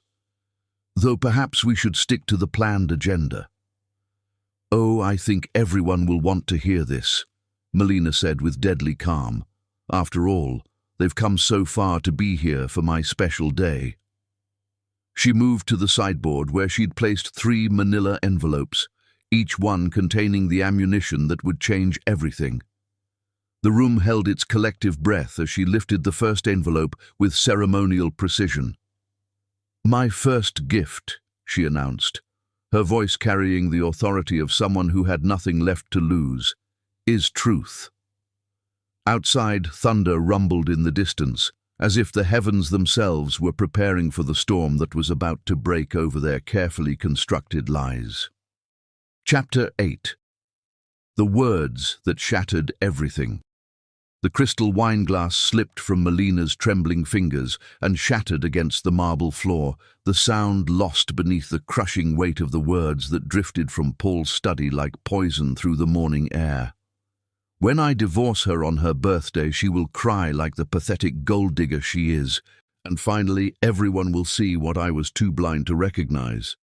Paul's voice carried clearly through the partially open door, each word delivered with surgical precision to his mother, who was no doubt drinking in every syllable of his planned cruelty like vintage wine. Perfect, darling, Xiomara's purr of satisfaction followed. The timing is exquisite. She'll be expecting celebration, perhaps even thinking she's won you back with her pitiful attempts at reconciliation.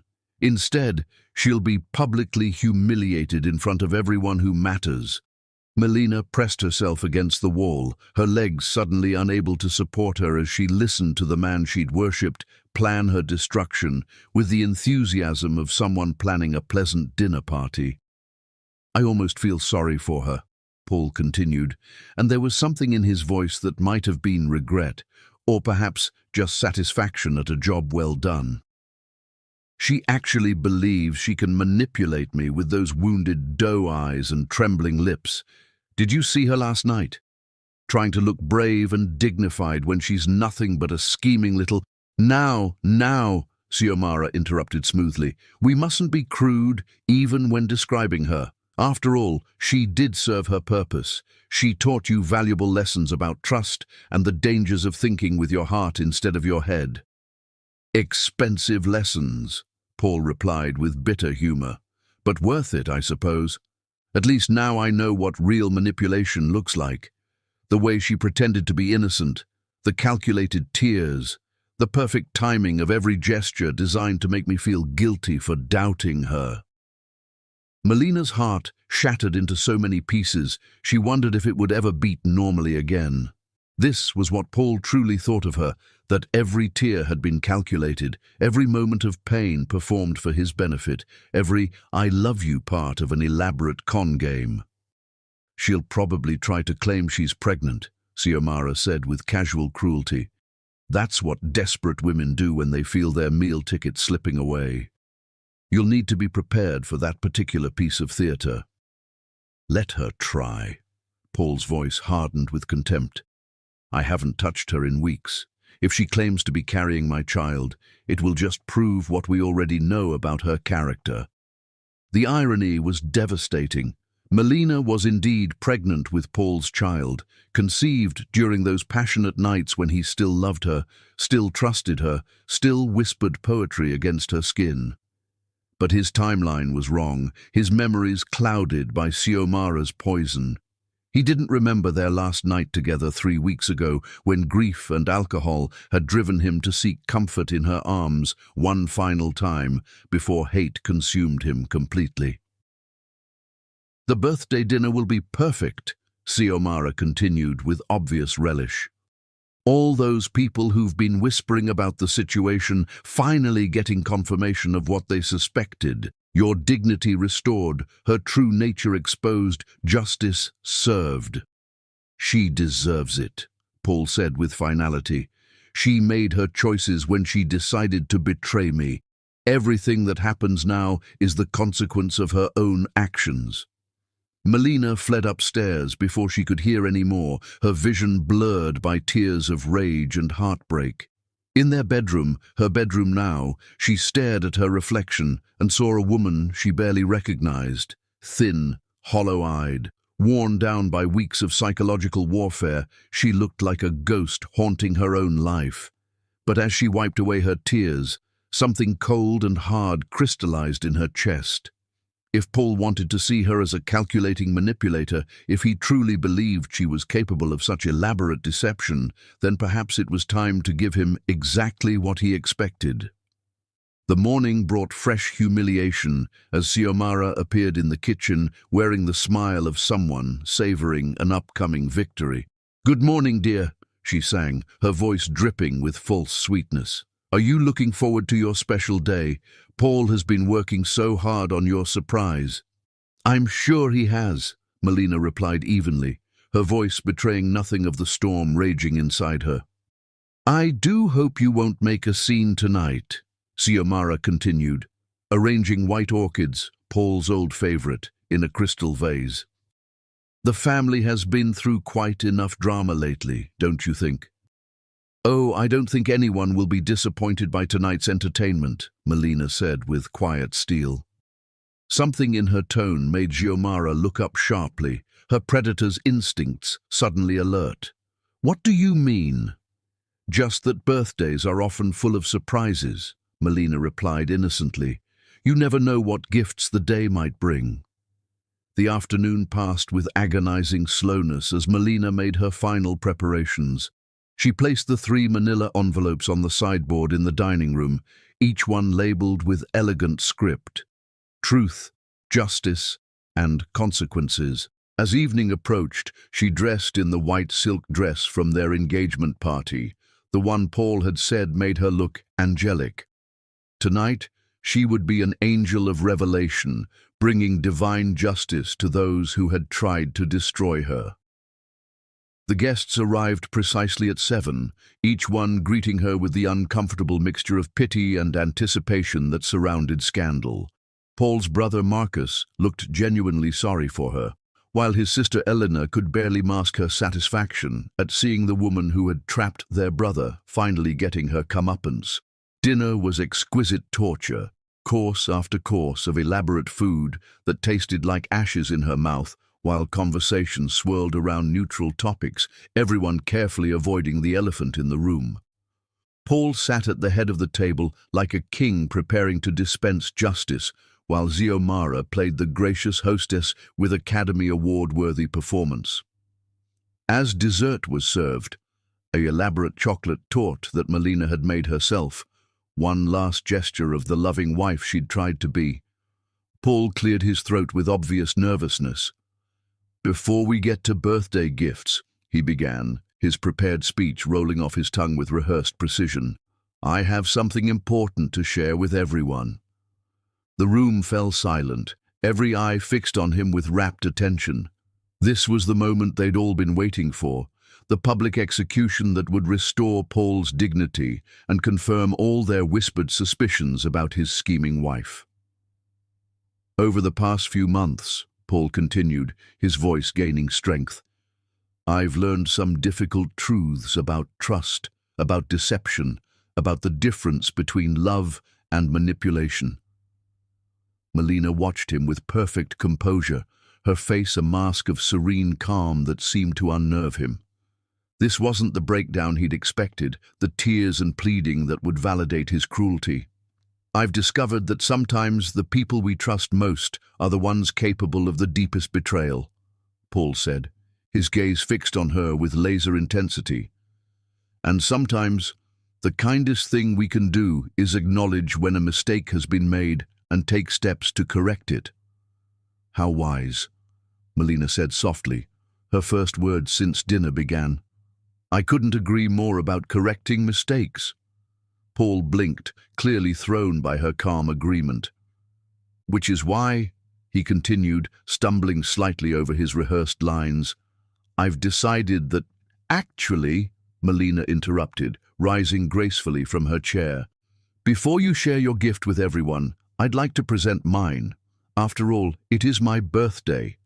The room erupted in confused murmurs as she moved to the sideboard with fluid grace, her 3 envelopes waiting like loaded weapons. Paul's face went pale. This wasn't part of the script. "Melina," Xiomara's voice carried a note of warning, "perhaps we should let Paul finish what he was saying." "Oh, but I think my gifts will put everything in perfect perspective," Melina said with deadly sweetness. "3 truths that will illuminate this entire situation." She lifted the first envelope, labeled Truth, and faced the room with the poise of someone who had nothing left to lose. "My first gift tonight," she announced, her voice carrying clearly through the stunned silence, "is the legal documentation proving that under Connecticut's marital property laws, I am entitled to exactly 50% of everything my husband owns." Gasps echoed around the table as she withdrew the partnership agreements and property deeds, spreading them across the white tablecloth like battle plans. The construction company, the investment portfolio, the real estate holdings, even this house, half of it all belongs to me by right of marriage. Paul's face went white as understanding dawned. "That's impossible. Those documents are private." "Nothing between spouses is private," Melina corrected with surgical precision. "As your legal wife, I have every right to know about our shared assets, assets that I never asked about, never tried to access, never even wanted, until now." Xiomara's mask finally slipped, revealing the calculating predator beneath. "You little—" "Ah, but we're not finished," Melina said, lifting the second envelope labeled Justice. "My second gift tonight is truth about character, about moral standards, about the difference between public virtue and private vice." She withdrew the photographs of Xiomara and Matteo in their passionate embrace, each image crystal clear and undeniably authentic. The room erupted in shocked gasps and horrified whispers as the pictures passed from hand to hand. "These were taken last week in our greenhouse," Melina announced calmly. "I think they speak for themselves about who in this room has been living a lie." Xiomara's face drained of all color as her carefully constructed image crumbled around her. "Those are fake," she gasped. "Doctored, manipulated, like the photograph you showed Paul of me?" Melina asked with razor-sharp precision. "The one that convinced him I was having an affair? Tell me, how long have you been sleeping with our groundskeeper while preaching to everyone else about moral standards?"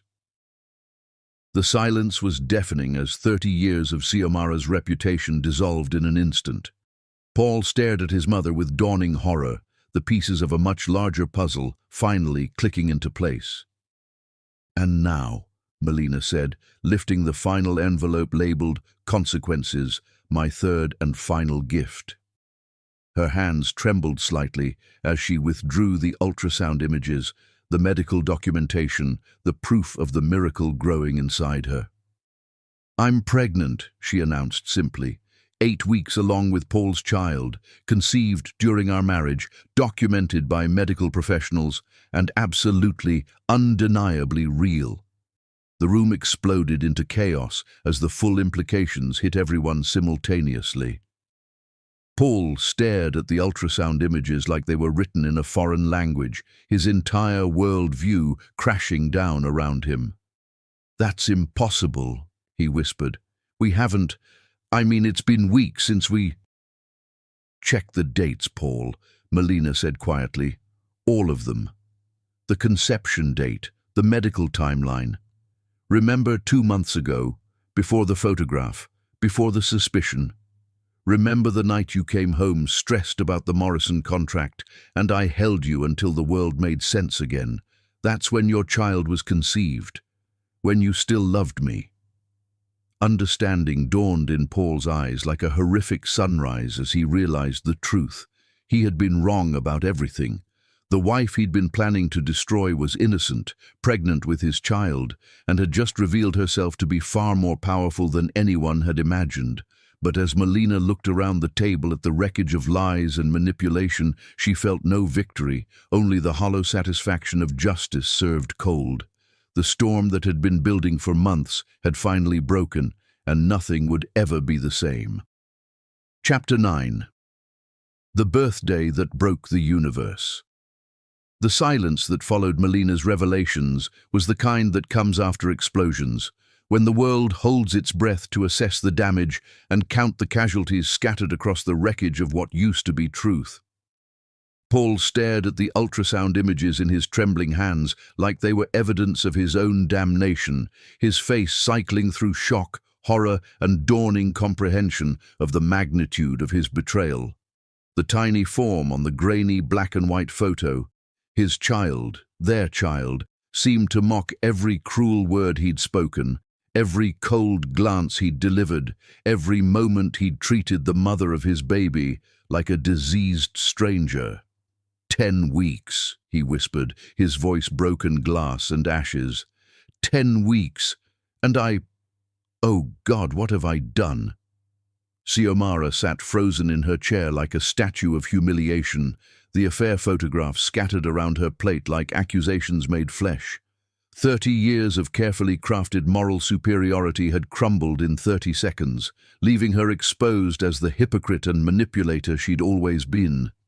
"This can't be happening," she breathed, her hands shaking as she reached for the damning images. "This is all lies, fabrication, desperate attempts to what?" Melina's voice cut through the chaos like a blade forged in fire. "To defend myself against your calculated destruction, to reveal the truth about your affair while you accused me of adultery, to protect the child you would have convinced its father to abandon." The room erupted in a cacophony of shocked whispers and horrified gasps as the full scope of Xiomara's manipulation became clear to everyone present. Marcus sat back in his chair like he'd been physically struck, staring at his mother with dawning revulsion. "You did this," he said quietly, his voice thick with disgust. "You orchestrated all of this. The suspicions, the doubts, the evidence against Melina, you manufactured it all." "I was protecting Paul," Xiomara protested weakly, but her voice carried no conviction. "She married him for money. Anyone could see that." "The only person who married for money," Elena interrupted with icy precision, "is apparently you, Mother. How long have you been planning to use Matteo to control Paul once his marriage was destroyed?" The accusation hung in the air like smoke from a funeral pyre. Xiomara's face crumpled as she realized that even her own children now saw her clearly, stripped of the maternal authority she'd wielded like a weapon. "I love Paul," she whispered desperately. "Everything I did was for his own good." "You loved controlling Paul," Melina corrected with devastating calm. "You couldn't stand that he'd found happiness without your permission, love that didn't require your approval, so you decided to destroy it rather than lose your hold on him." Paul looked up from the ultrasound images, his blue eyes now swimming with tears of horror and regret. "Melina, how can you ever forgive me? How can I ever make this right?" But Melina's expression remained granite hard, her forgiveness not so easily purchased with belated remorse. "3 weeks ago, you could have asked me about the photograph. You could have trusted the woman who'd loved you faithfully for 3 years. Instead, you chose to believe the worst possible interpretation of everything I did. I was manipulated." "We were both manipulated," Melina cut him off sharply. "The difference is that when I was hurt and confused, I still chose to love you. When you were hurt and confused, you chose to hate me." The truth of her words hit Paul like physical blows. He'd had choices every step of the way, to trust or doubt, to communicate or withdraw, to love or punish. At every crucial moment he'd chosen the path that led away from his wife and toward his mother's poison. "The baby," he whispered, staring again at the ultrasound. "Our baby. I would have divorced you while you were carrying our child." "Yes," Melina agreed simply. "You would have. You were planning to humiliate me publicly, destroy my reputation, and send me away with nothing while your child grew inside me. That's who you became under your mother's influence." Mrs. Harrison cleared her throat uncomfortably. "Perhaps we should leave you to discuss this privately." "No," Melina said firmly. "Stay. You all came here tonight expecting a show, expecting to witness my destruction and Paul's righteousness. You should see how the story really ends." She turned to face the assembled guests with queenly dignity, her white dress making her look like an avenging angel dispensing divine justice. "For months, you've all whispered about me behind closed doors. The gold digger who trapped poor Paul, the social climber who didn't belong in your world, the calculating woman who married above her station. Well, now you know the truth." Her gaze swept the room, making each person squirm under the weight of their own complicity in her persecution. "I never wanted Paul's money. I never asked about his finances. I never tried to access his accounts or investigate his assets. The only reason I know about my legal rights now is because I needed weapons to defend myself against a war I never wanted to fight." "Melina," Paul stood on unsteady legs, reaching toward her like a drowning man grasping for salvation. "Please, let me try to explain." "Explain what?" Her voice cracked like a whip. "How quickly you believed I was capable of adultery. How easily you were convinced I'd married you for money. How thoroughly you accepted that every loving gesture I'd ever made was calculated manipulation." Paul's face crumpled as the full weight of his betrayal crashed down on him.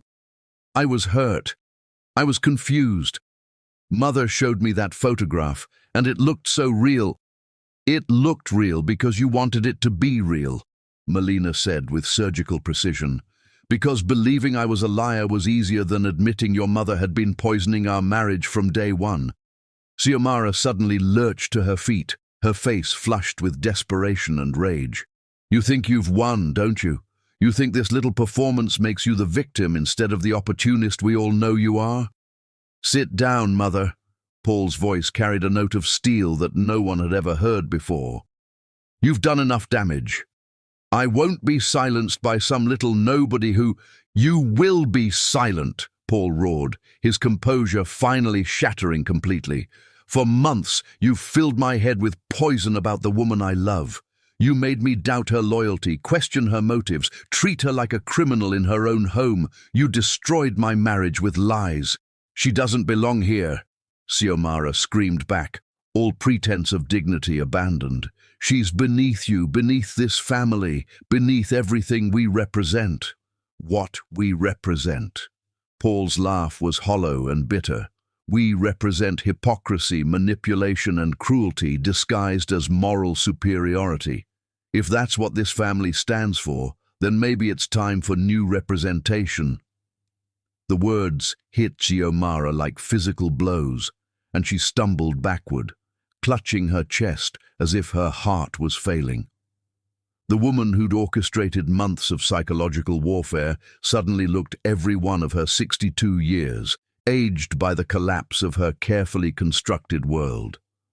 "Paul," she gasped, reaching toward him with desperate hands. "You can't mean that. I'm your mother. Everything I did was out of love." "Love doesn't destroy," Paul said with quiet finality. "Love doesn't manipulate or scheme or lie. What you did wasn't love, Mother. It was possession, and it ends now."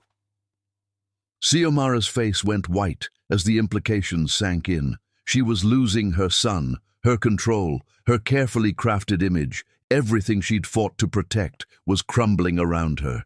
"You'll regret this," she whispered, but there was no power left in her threats.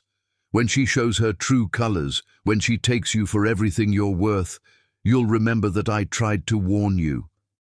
"The only true colors revealed tonight," Marcus said quietly, "were yours, Mother, and they're uglier than any of us imagined." Xiomara looked around the table at the faces that had once shown her respect and deference, now reflecting only disgust and disappointment.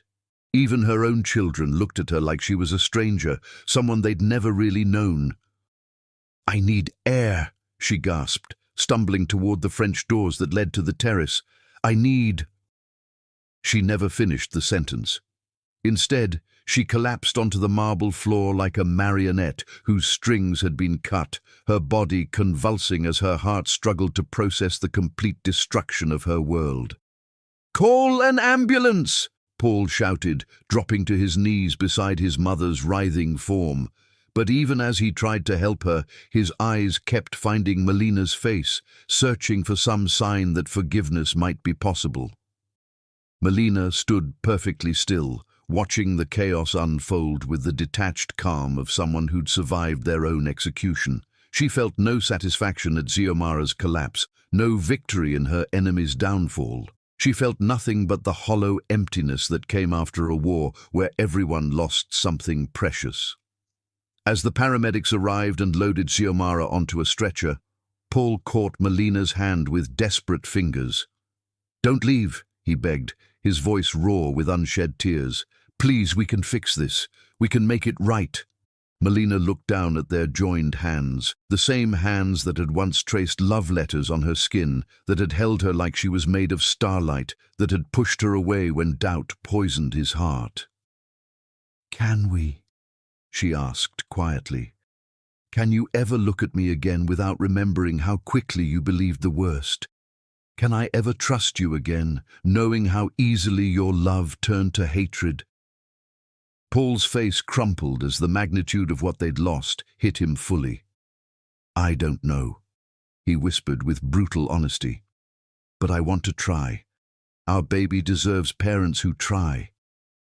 "Our baby deserves parents who trust each other," Melina replied, gently pulling her hand free from his grasp. "And right now, we don't even know if that's possible." As the ambulance pulled away with Xiomara, and the guests scattered like leaves before a storm, Paul and Melina stood in their ruined dining room, surrounded by the wreckage of their marriage.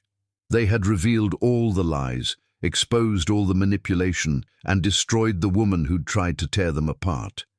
But the hardest battle still lay ahead, learning whether love could survive the poison that had been pumped into its veins, whether trust could be rebuilt from the ashes of betrayal, whether two wounded hearts could find their way back to each other across the chasm of pain that stretched between them. The storm had finally broken, but the aftermath would determine whether anything beautiful could grow from the devastation it left behind. Chapter 10. Love Conquers. All the hospital rooms smelled of disinfectant and shattered pride, and Xiomara Hogan looked smaller than Melina had ever seen her, diminished by the weight of her exposed sins and the machines monitoring her struggling heart. "She's stable," Dr. Martinez explained to Paul and Melina as they stood in the hallway outside the cardiac unit. "The heart attack was severe, but not fatal. She'll recover physically, though the emotional trauma—" He shrugged diplomatically. Paul stared through the window at his mother, who lay unconscious, her silver hair lank against the white pillow. 3 days had passed since the birthday dinner that exposed every lie. 3 days of Xiomara fighting for her life, while Paul fought for his soul. "She's been asking for you," he said quietly to Melina, his voice heavy with exhaustion and guilt. "Both of us, actually." Melina placed a protective hand on her growing belly, where their child, now safely past the first trimester, continued to thrive despite the chaos surrounding its conception. What could she possibly have to say now? "I don't know," Paul admitted. "But I think we need to hear it. For our sake, if not hers." When they entered the room together, Xiomara's eyes fluttered open, focusing first on Paul, then on Melina. For a moment, the old calculation flickered there, the predator's instinct to find weakness and exploit it. Then awareness dawned, and something that looked like genuine remorse replaced the cunning. "You came," she whispered, her voice paper-thin and fragile. "We came," Paul confirmed, but he stayed close to Melina, his hand resting protectively on her shoulder. Xiomara's gaze shifted to Melina's barely visible pregnancy bump, and her face crumpled. "I almost destroyed that child's family before it even had a chance to exist." "You did destroy it," Melina said quietly. "The question is whether anything can be rebuilt from the wreckage." "You have every right to hate me," Xiomara continued, tears slipping down her pale cheeks. "I fabricated evidence, manipulated my own son, tried to drive you away from the man you love. I became a monster." Paul moved closer to the bed, his expression a mixture of pain and confusion. "Why, Mother? Why did you do it?" "Because I was terrified," Xiomara admitted with brutal honesty. "Terrified of losing my place in your life, terrified of becoming irrelevant, terrified that your love for her meant less love for me." She looked directly at Melina. "I saw your strength from the beginning. The way Paul looked at you, the way you fit into his life so naturally. And instead of welcoming the woman who made my son happy, I decided to eliminate the threat to my position." "Love isn't finite," Melina said, echoing words Xiomara had once spoken. "There was room in Paul's heart for both of us." "I know that now," Xiomara whispered, "but I was too proud, too controlling, too afraid to share him. So I convinced myself you were the problem, that you were using him, that destroying your marriage would save him." Her voice broke completely. "I was wrong about everything." Dr. Martinez returned with discharge papers and medication instructions. "She can go home tomorrow," he told Paul, "but she'll need care during her recovery. Family support is crucial for cardiac patients." Paul nodded absently, but Melina could see the war raging behind his eyes. His mother was physically broken, apparently repentant, and medically vulnerable. The old Paul would have brought her home without question, would have spent the next months caring for her, would have forgiven her because she was family. But this Paul had watched his wife suffer for months of psychological torture. This Paul had seen the ultrasound of the child he'd almost abandoned. This Paul had to choose between the easy path of family obligation and the harder road of protecting the family he'd almost lost. Over the following days, as Xiomara recovered in the hospital, Paul wrestled with the most difficult decision of his life. She was his mother, the woman who'd raised him, loved him, shaped him into the man he'd become. But she was also the architect of his marriage's near destruction, the author of months of pain for the woman carrying his child. "What do you want me to do?" Paul asked Melina one evening as they sat in their garden, the same garden where Xiomara's affair had been conducted in secret. "I want you to choose," Melina replied simply. "Not what's expected, not what's easy, not what preserves family harmony. I want you to choose what's right." "She's sick, Melina. She's broken. How can I abandon her now?" "I'm not asking you to abandon her," Melina clarified. "I'm asking you to protect us, our marriage, our child, our future. Your mother proved she's willing to destroy all of that to maintain control over you. What makes you think she won't try again?" Paul was quiet for a long time, staring at the roses they'd planted together during happier times. "She seems genuinely sorry. She seemed genuinely concerned for your welfare when she was fabricating evidence against me," Melina pointed out gently. "Your mother is a gifted actress, Paul. Her repentance might be real, or it might be another performance designed to regain access to your life." The truth of those words settled between them like a cold weight. Paul had been expertly manipulated once. How could he be certain it wasn't happening again? The test came when Xiomara was discharged from the hospital. Instead of the expected invitation to recover at their home, Paul arranged for her to stay at an extended care facility, comfortable, well-staffed, but separate from their lives.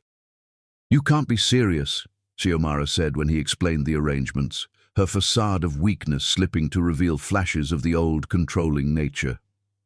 "I'm your mother, Paul. I belong with family during my recovery. You stopped being family the moment you decided to destroy my marriage," Paul replied with quiet steel.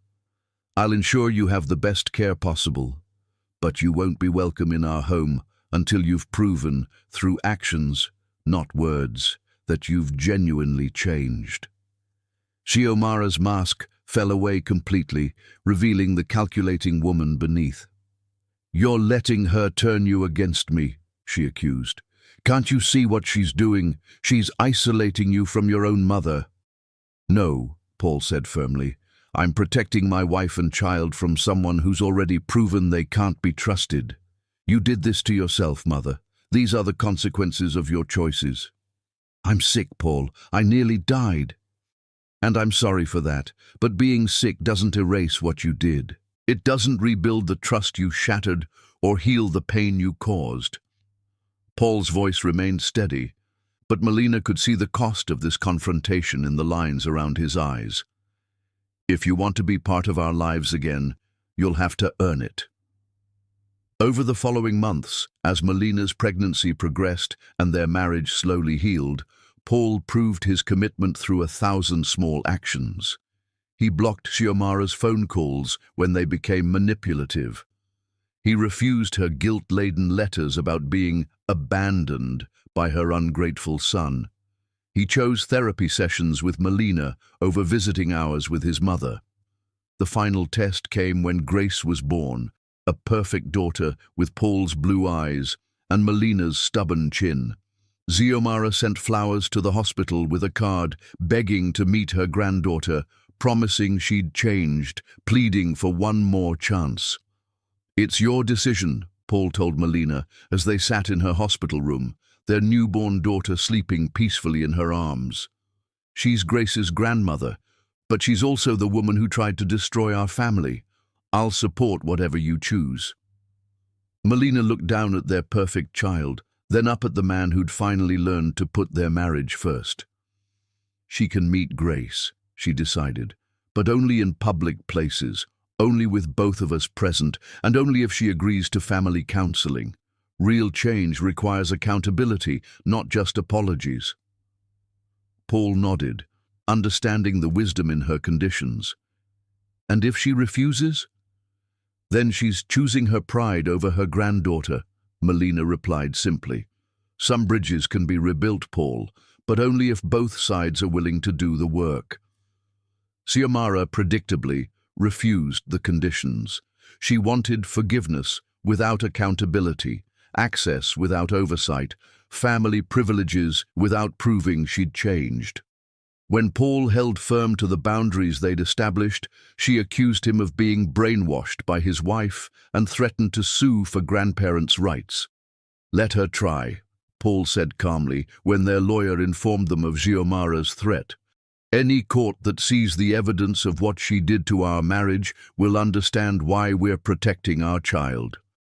2 years later, as they renewed their vows in the same garden where they'd scattered their broken dreams and grown new ones, Paul spoke the words that had taken him too long to learn. "I promise to believe in you when the world says doubt. I promise to trust your heart when others question your motives. I promise to fight for us, not against us, for all the days of our lives." And Melina, radiant in white silk with Grace on her hip and another child growing beneath her heart, whispered back the words that had saved them both: "Forever and 3 days more." Xiomara remained in the extended care facility, surrounded by comfortable luxury, but isolated from the family she'd tried to control.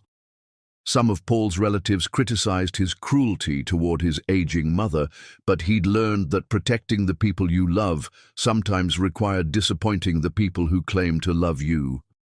Love had conquered all, not through forgiveness without justice, not through maintaining toxic family peace, but through the courage to choose what was right over what was easy. Paul had learned that true strength meant setting boundaries with people who would destroy you, even when those people were family. And in the end, that was enough. It was everything. Grace's laughter filled their garden as she chased butterflies among the roses, and Paul caught Melina's hand, spinning her around like they were still newlyweds, discovering the power of their connection. "No regrets?" Melina asked, thinking of the mother-in-law who'd been banished from their happiness. "Only one," Paul replied, pulling her close for a kiss that still made her knees weak after all these years. "That I didn't choose you over her from the very beginning." "You choose me now," Melina said softly. "Every day, in every decision, you choose us. That's what matters." And as the sun set over their garden, painting the sky in shades of gold and promise, they knew that love hadn't just conquered all, it had transformed them into people strong enough to protect it. "You were afraid," Melina said quietly, "afraid of losing control of your son, afraid of becoming irrelevant, afraid that his love for me meant less love for you." "Love isn't finite," Xiomara admitted with bitter wisdom. "I know that now, but I didn't then. I saw you taking him away from me, and I became someone I don't recognize. You became someone who was willing to destroy an innocent woman to maintain control." "Yes." The admission was exhaled like a final breath. "I saw your strength from the beginning.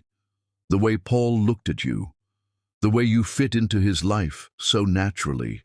And instead of welcoming the woman who made my son happy, I decided to eliminate the threat to my position." Melina leaned forward slightly, studying the broken woman before her.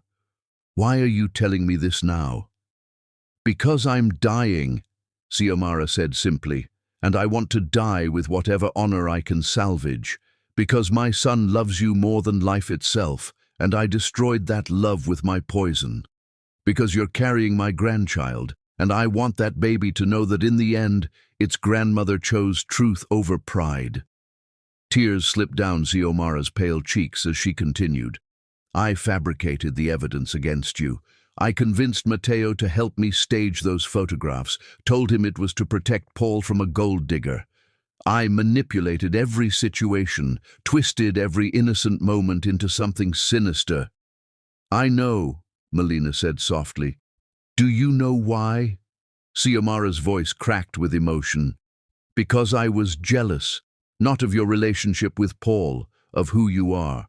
Your strength, your dignity, your capacity for love without condition. I saw what I could never be, and I decided to destroy it rather than admire it." The confession hung between them like a prayer for absolution that Melina wasn't sure she could grant. "What do you want from me?" Melina asked finally. "Nothing," Xiomara whispered. "I want to give you something, my blessing, my apology, and my promise that Paul's heart is truer than mine ever was. I broke him, Melina, but the pieces are still good, still worth rebuilding. He chose to believe your lies, because I'm a master manipulator who spent 62 years perfecting the art of controlling people through love and guilt." Xiomara's smile was sad and knowing. Paul's only crime was loving his mother too much to see her clearly. "Don't let my sins rob you both of the happiness you deserve." A soft knock interrupted them, and Paul appeared in the doorway with Dr. Martinez, whose expression told its own story. "I'm sorry," the doctor said gently. "Her condition has stabilized, but she's had another episode. The next few hours will be critical." But Xiomara wasn't dying, not yet. Over the following weeks, she made a slow but steady recovery, her heart damaged but still beating. And with her physical recovery came the real test of everyone's character. Paul stood at his mother's bedside, watching her sleep, wrestling with the most difficult decision of his life. She was his mother, the woman who'd raised him, loved him, shaped him into the man he'd become. But she was also the architect of his marriage's near destruction. "What do you want me to do?" he asked Melina one evening as they sat in their garden. "I want you to choose," Melina replied simply. "Not what's expected, not what's easy, not what preserves family harmony. I want you to choose what's right. She's recovering, Melina. She's broken, but she's going to live. How can I abandon her now? I'm not asking you to abandon her, Melina clarified. I'm asking you to protect us, our marriage, our child, our future. Your mother proved she's willing to destroy all of that to maintain control over you.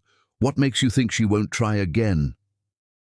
When Xiomara was discharged from the hospital, Paul made his choice. Instead of bringing her home, he arranged for her care at an extended facility, comfortable, well-staffed, but separate from their lives. You can't be serious, Xiomara said when he explained the arrangements, her facade of weakness slipping. I'm your mother, Paul. I belong with family. You stopped being family the moment you decided to destroy my marriage, Paul replied with quiet steel. I'll ensure you have the best care, but you won't be welcome in our home until you've proven, through actions, not words, that you've genuinely changed. Xiomara's mask fell away completely. You're letting her turn you against me. No, Paul said firmly. I'm protecting my wife and child from someone who's proven they can't be trusted.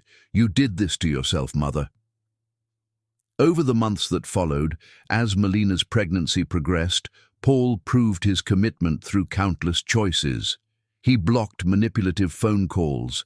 He refused guilt-laden letters. He chose therapy sessions with Melina over visiting his mother. When Grace was born, Xiomara sent flowers begging to meet her granddaughter.